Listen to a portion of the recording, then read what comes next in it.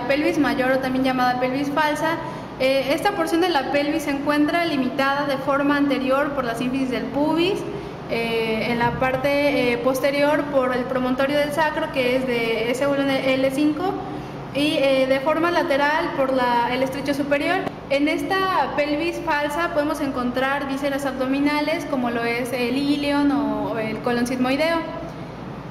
La pelvis menor está entre el estrecho superior y el estrecho inferior, y aquí esta se encuentra limitada de forma posterior por el coxis, de forma lateral por las tuberosidades isquiáticas, de forma superior por la sínfisis del pubis. Peritoneo. El peritoneo es una membrana serosa, llamada así porque cubre las cavidades interiores del cuerpo humano. Es fuerte, resistente y tapiza las paredes de la cavidad abdominal y forma pliegues, mesos, epiplones y ligamentos. Mesos, epiplones y ligamentos, que envuelven total o parcialmente gran parte de las vísceras situadas en esta cavidad. Tiene dos capas: el peritoneo parietal, que va a estar en contacto con la pared abdominal, y el peritoneo visceral, que va a estar en contacto con las vísceras. También se le puede llamar peritoneo interno o capa interior del peritoneo. El peritoneo va a tener distintas propiedades. Va a tener propiedades mecánicas, ya que sirve de sostén de órganos y permite su movimiento. Va a tener propiedades hemodinámicas, ya que tiene relación con el flujo sanguíneo. Por ejemplo, en el mesenterio corren arterias, venas y mecanismos de circulación en el sistema vascular. Va a tener propiedades protectoras, ya que sirven como barrera de frente a microorganismos y partes inertes para los órganos que cubre. Va a tener también una propiedad de aislante térmico, ya que mantiene la temperatura de los órganos que cubre. Y va a tener una propiedad de intercambio, ya que al ser una membrana semipermeable permite el paso de moléculas de pequeño tamaño, lo cual va a permitir aplicar lo que hoy en día se conoce como diálisis peritoneal. El peritoneo va a ser cerrado en el hombre, y en la mujer va a estar abierto justo por donde se encuentra el pabellón o la trompa de falopio o el ovario.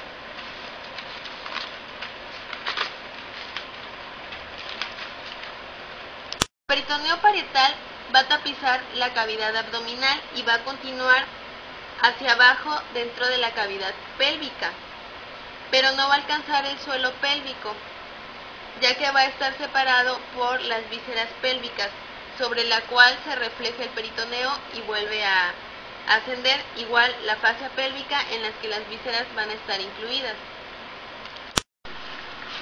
Bueno, siguiendo con el peritoneo, ahora en la cavidad pélvica encontramos que va a tener diversos repliegues. Estos repliegues van a formar sacos.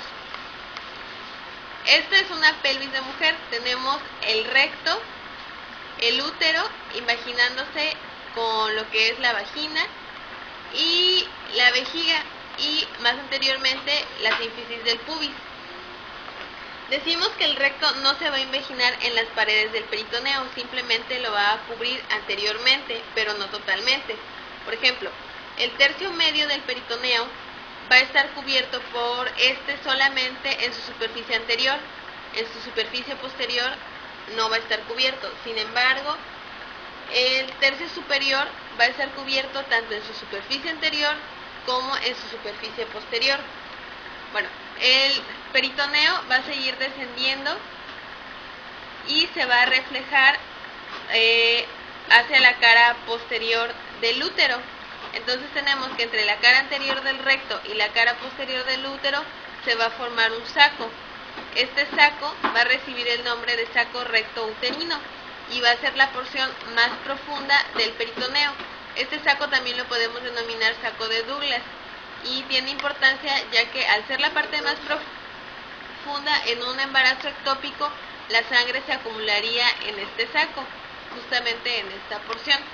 Bueno, ahora siguiendo con el peritoneo, que ya se ha reflejado en la superficie posterior del útero, va a descender y ahora va a ingresar o se va a imaginar entre lo que sería el útero y la vejiga, como podemos ver aquí.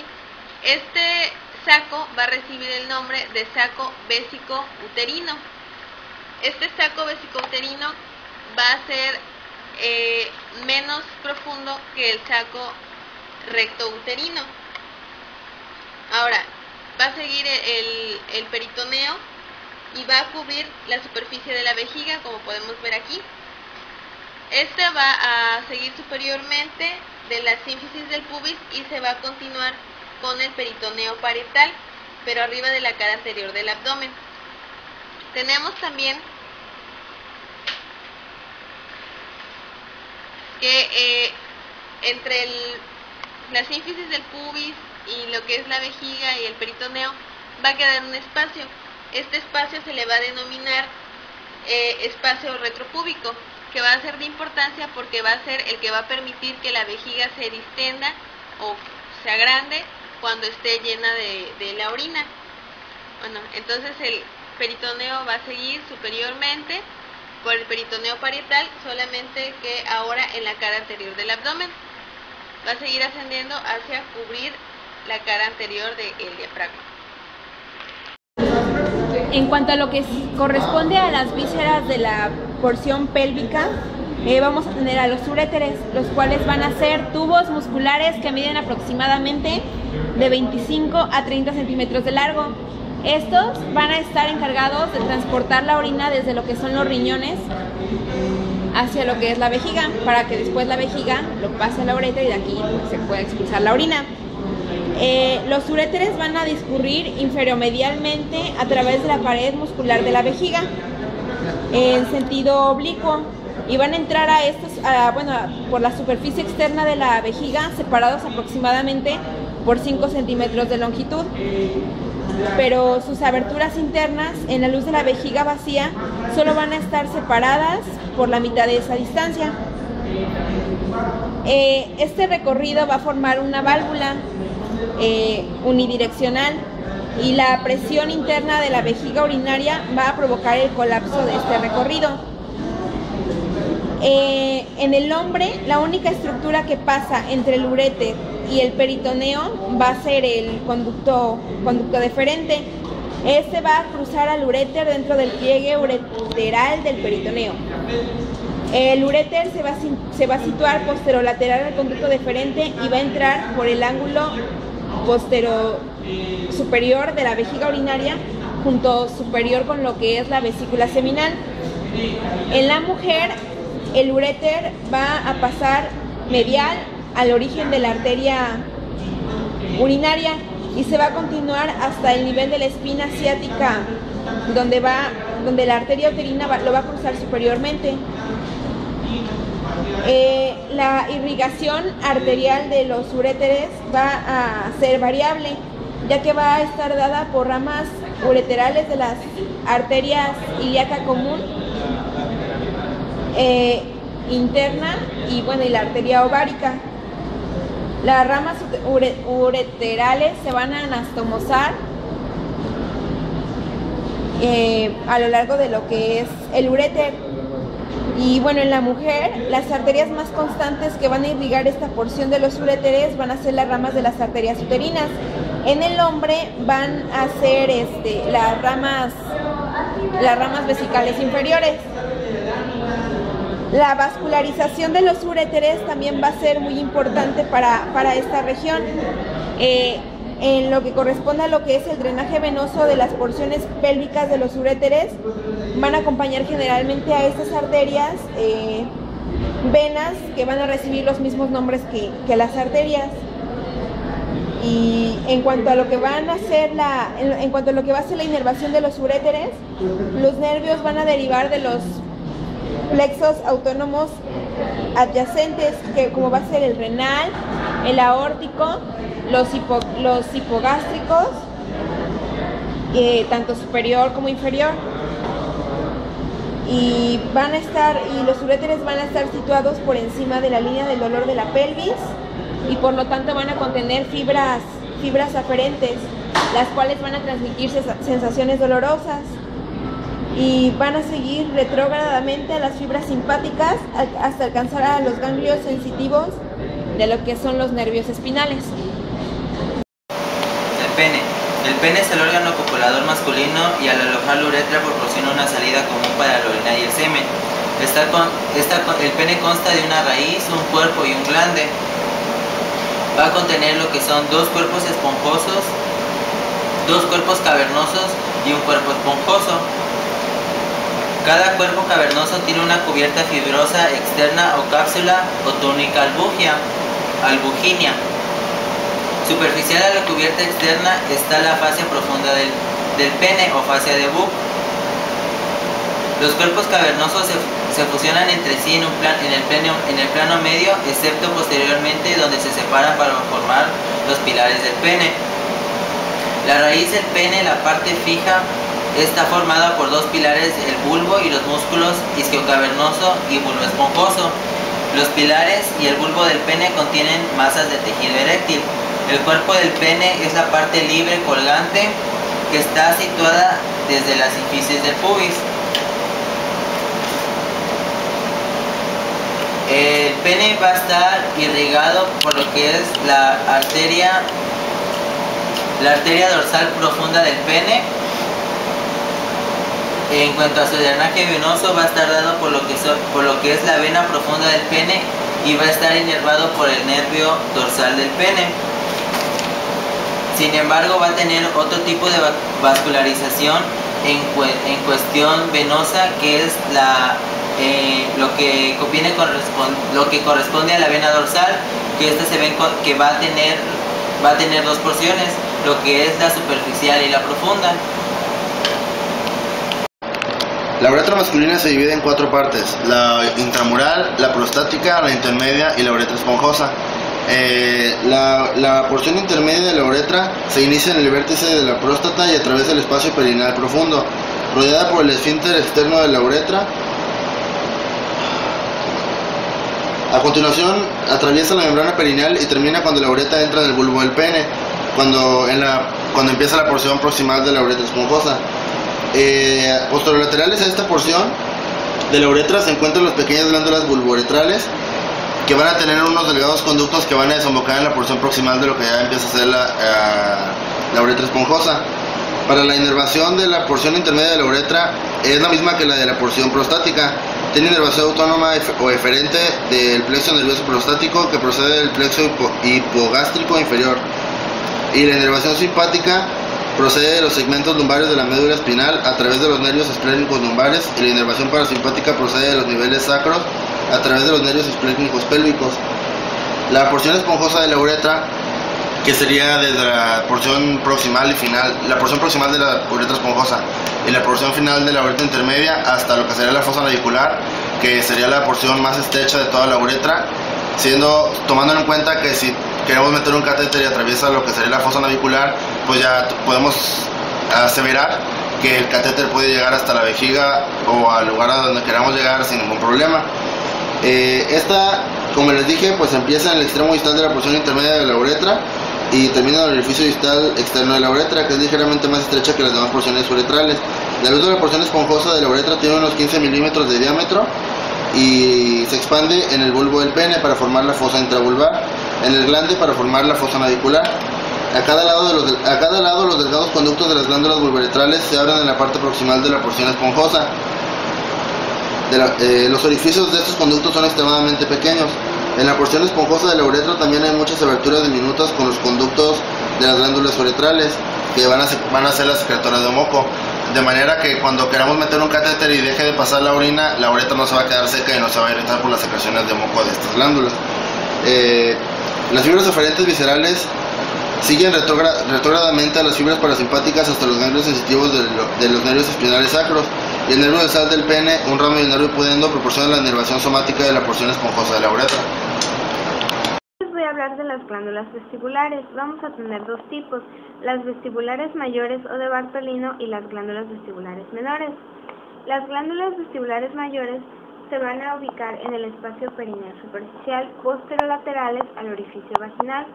Van a estar cubiertas posteriormente por los bulbos del vestíbulo y también van a estar cubiertos parcialmente por el músculo bulbo esponjoso.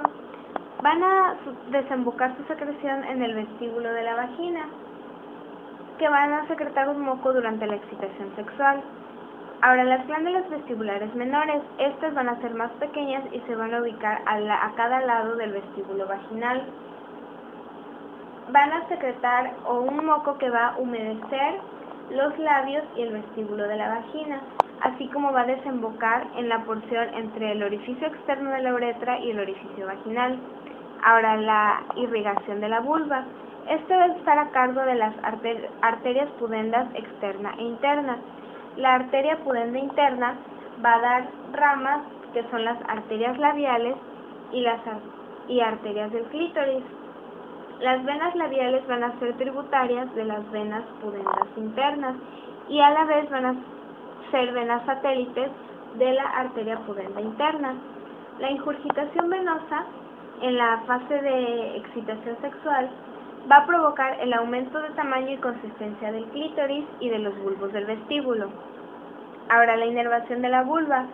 En su cara anterior va a proceder del plexo lumbar, ya que va a derivar del nervio ilioinguinal y de la rama genital del nervio genitofemoral.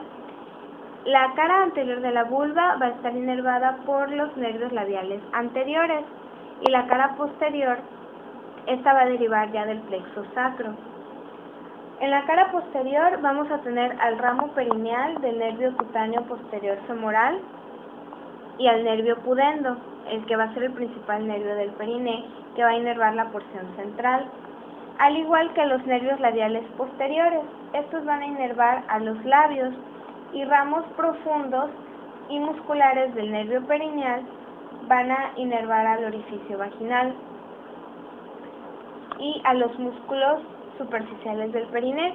Y por último, el nervio dorsal del clítoris también va a inervar a los músculos profundos del periné y va a recoger la sensibilidad del clítoris. El bulbo del vestíbulo y los cuerpos eréctiles van a tener fibras parasimpáticas. La estimulación parasimpática lo que va a hacer es va a provocar el aumento de la secreción vaginal, la erección del clítoris y la ingurgitación del tejido eréctil. Ahora, los músculos del periné en la mujer, vamos a localizar tres: el transverso superficial del periné, el músculo isquiocavernoso y el bulbo esponjoso. El músculo transverso del periné se va a originar del centro perineal, del cuerpo perineal, y se va a insertar en el arco del pubis. Su acción va a sostener y fijar al cuerpo perineal, al igual que la erección del clítoris, y va a comprimir a la glándula vestibular mayor. Ahora, el músculo transverso superficial. Se va a originar de la cara interna de la tuberosidad isquiática y de la rama isquiopubiana y se va a insertar en el cuerpo perineal y en la porción posteroinferior de la membrana perineal. Y por último, el músculo isquiocavernoso. También se va a originar de la cara interior de la rama isquiopubiana y tuberosidad isquiática y se va a insertar abrazando al pilar del clítoris en su porción inferior y medial. Su función va a ser para la erección del clítoris y para el flujo de salida venoso e impulsar la sangre desde la raíz al cuerpo del clítoris. La función del transverso superficial del periné va a ser de fijar al cuerpo perineal y resistir el aumento de la presión intraabdominal. Estos tres músculos van a estar inervados por la rama perineal del nervio pudendo, que se origina de S2 a S4. El recto es la parte del tubo digestivo que se continúa con el colon sigmoide en la zona proximal y con el conducto anal en la zona distal. La unión rectosigmoidea queda por delante de la vértebra S3. En este lugar, las tenias del colon se abren para formar una capa longitudinal y longitudinal y continua de músculo liso, y se interrumpen los apéndices o mentales grasos, como podemos notar. En el recto sigue la curvatura del sacro y del coxis y termina por delante y por debajo de la punta del coxis con una curva, la denominada flexura anorrectal, que se encuentra en esta zona. Esta flexura de casi 80 grados sirve como un mecanismo importante de continencia fecal, y esta flexura sirve para formar el conducto anal. El recto adopta la forma de S en una proyección lateral gracias a la unión recto-sigmoidea por arriba y a la unión anorrectal por abajo. El recto presenta 3 flexuras laterales, una superior, una intermedia y una inferior, por la presencia de 3 pliegues de manera interna de la mucosa y la submucosa. Hay 2 pliegues del lado izquierdo, como podemos notar, este es uno y acá está el otro, y un pliegue del lado derecho, aquí está. La porción terminal dilatada del recto es la ampolla rectal. Esta recibe y aloja la masa fecal que se acumula hasta su posterior expulsión por medio de la defecación. El peritoneo, que podemos observar en esta imagen, cubre las caras anteriores, la cara anterior y lateral del tercio superior del recto, solo la cara anterior del segundo tercio del recto, y no cubre en ninguna parte al tercio inferior del recto. Las reflexiones laterales del peritoneo en esta zona sirven para formar las fosas pararectales que permiten la distensión rectal con las heces. Estas flexuras laterales se encuentran en ambos sexos. El recto masculino, la relación del recto masculino por delante es con el fondo de la vejiga urinaria, con las porciones terminales de los uréteres, que aquí podemos observar una porción, con los conductos deferentes, con las vesículas seminales y con la próstata. En las mujeres se relaciona con la pared anterior, con la vagina, y queda separado por la parte posterior del fornix y del cuello uterino por la bolsa recto-uterina. La irrigación. Como podemos notar, la irrigación está dada por tres principales arterias: la arteria rectal superior, las arterias rectales medias, izquierda y derecha, y las rectales inferiores, izquierda y derecha. Derecha e izquierda.